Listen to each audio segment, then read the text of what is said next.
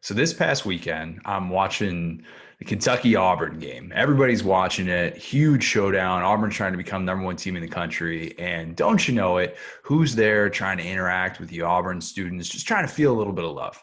Bryan Harsin. There really hasn't been a whole lot that Bryan Harsin has been praised for. And so I'm sure walking through a raucous group of students to him was probably a lot of fun because let's be honest, these past few months haven't exactly been great for him. Yeah, he recovered nicely during the early signing period, but other than that, it's been pretty rough. It's more than the fact that he lost 5 games in a row to end the season, that his team blew a lead in the second half in 4 of those games. By the way, Auburn hasn't had a losing streak longer than 5 games since the Harry Truman administration. Yeah, who could forget? What's more alarming with Harsin's start is the personnel mass exodus that we've seen on the Plains. Maybe this is just going to be the trend with first-year coaches, new era of the transfer portal, and this is a little bit more par for the course. But I think that we've seen at Auburn something a little bit different. Even an Auburn apologist can be like, all right, this has been a lot so far. Auburn had 17 guys who have entered the portal since the Iron Bowl. That doesn't even include someone like Tank Bigsby, who apparently entered, but then he didn't, even though he was visibly frustrated in multiple games there down the stretch. Are we just supposed to be like, oh, well, got to clean up the culture, got to get guys who want to be here? Because oftentimes for year one coaches, I default to that and I say, well, let's be patient. Let's give this coach time to be able to get their players in there, and then let's kind of judge them based on how they respond after that. Bryan Harsin's only got 5 players from the portal since the end of the season. Meanwhile, I look at a program like South Carolina with Shane Beamer, who has only added 6, but also lost just 6 guys. Of course, it was South Carolina who got not 1, not 2, but 3 coaches poached by Auburn, by Bryan Harsin. This was the big story this time last year. Tracy Rocker, Will Friend, Mike Bobo, they were all expected to be on Shane Beamer's staff. And then Bryan Harsin comes in and says, oh, nope, come on board, come to Auburn. If you're keeping track at home, really only one of those coaches is still on Bryan Harsin's staff. Rocker stayed at Auburn for like a week and then left for the NFL. Mike Bobo was fired, of course, at the end of the 2021 season. And Friend is the guy who is still on the staff of Bryan Harsin. Friend is one of just 4 Auburn coordinators who is, or not coordinators rather, but assistants who is still there from the original staff. To say that Bryan Harsin's staff has had turnover would be a massive, massive understatement. Let's not even include Rocker in the whole deal because, maybe the NFL comes calling and you just take whatever opportunity you can. But we know that Harsin fired his receivers coach Cornelius Williams after 4 games. That's it. And the whole Georgia State debacle, that was well documented. And it's kind of like, whoa, that's a quick trigger to have for somebody that's been in coaching games for a month for you. We know that Harsin canned Mike Bobo at the end of the season. And we know that Nick Eason left Auburn to go back to his alma mater, Clemson. So maybe that's just kind of a unique situation there. But we also know that Derek Mason, guy who was in the SEC at Vandy, of course, as a head coach before coming to Auburn and was considered a big-time hire last year. We know that he just resigned as Auburn's defensive coordinator after 1 year on Bryan Harsin's staff.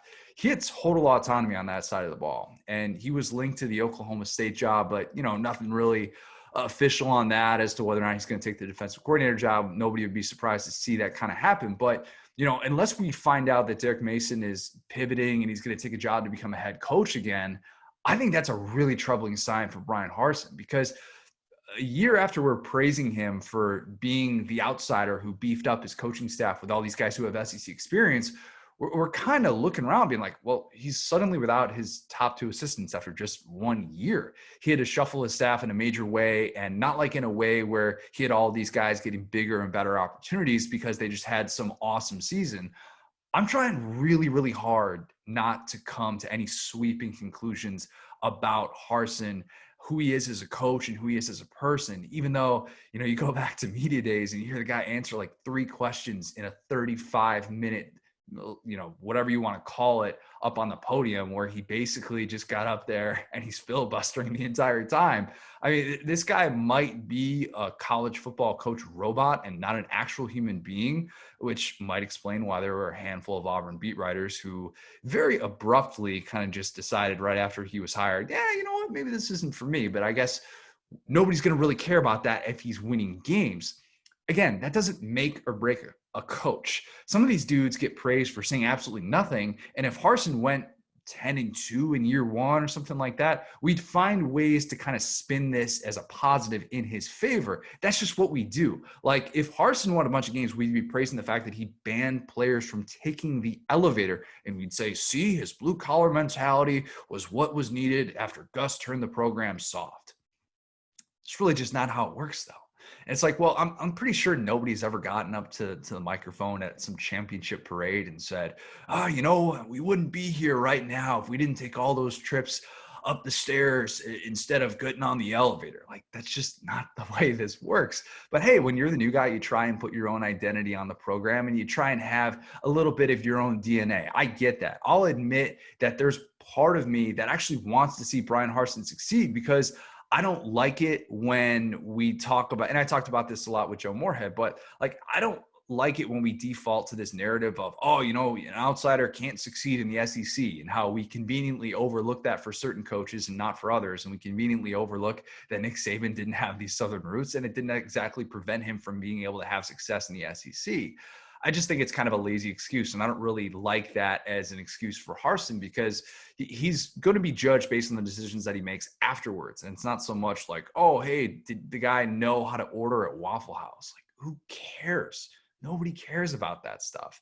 And look, if you're defending Harsin right now, I think you're kind of doing so blindly. And I'm not necessarily saying that that's wrong and that you should be shamed for doing that. But you're doing the thing where you say year one, it was a transition year. And you ignore the fact that with a roster that was top 15 in the country in terms of the talent in 247 sports composite, like, you're ignoring the fact that he had a 6-7 team, despite the fact that he also had the quarterback in the SEC who had more experience than anyone. So, by the way, he also had a team that had a winning record in SEC play the year prior. So I kind of look at that and I say, well, if you're defending Harsin, you're not pointing to anything that happened after that Ole Miss game, which, by the way, was against a banged up Matt Corral. If you're defending Harsin, you might point to the fact that both Kirby and Saban failed to have winning SEC records in their first seasons, and look at them now. I can say this now, that I admittedly judged Kirby a little bit too much for that first season. And I remember saying, this is why you don't hire someone who lacks that previous head coaching experience to take over a premier program. And that take has aged worse than an avocado, because Ryan Day and Lincoln Riley exist, and both of them have obviously had a ton of success. But what Kirby and Saban both did in year two was make year one seem like a really distant memory. And fair or not, Auburn is always going to be, in my opinion, the most unique job in college football. I mean, you got Alabama sitting there in state. And of course, everybody knows about the rivalry with Georgia, who, in case you haven't heard, just ended the 1980 jokes. There's so much angst on a yearly basis for Auburn that, think about this. Like, we're now at a place where if you're a college student starting off at Auburn, you don't have a time in your life where you remember anyone other than Nick Saban coaching at Alabama.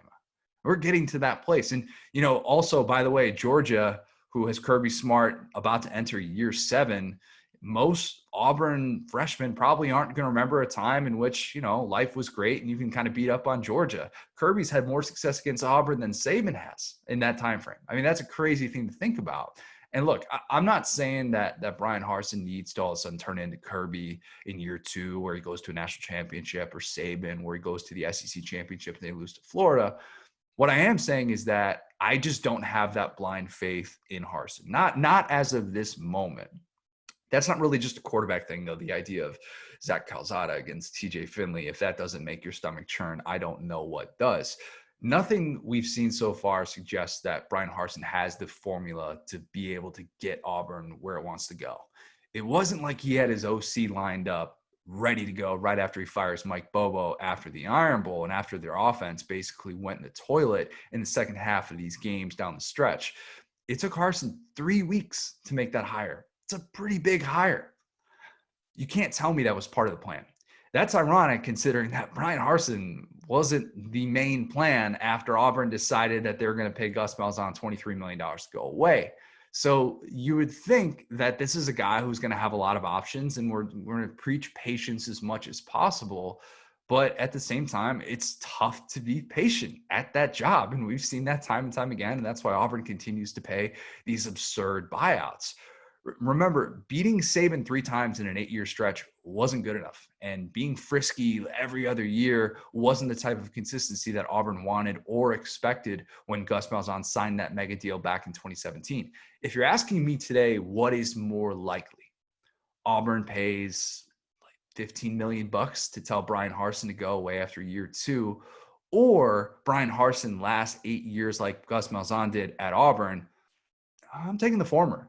I'm sorry. And that's not to say that I'm totally bailing and I'm selling all my stock, but it's hard not to feel like, hey, you got to figure some things out in a hurry here. And it's not the best look when your assistants are leaving left and right like that.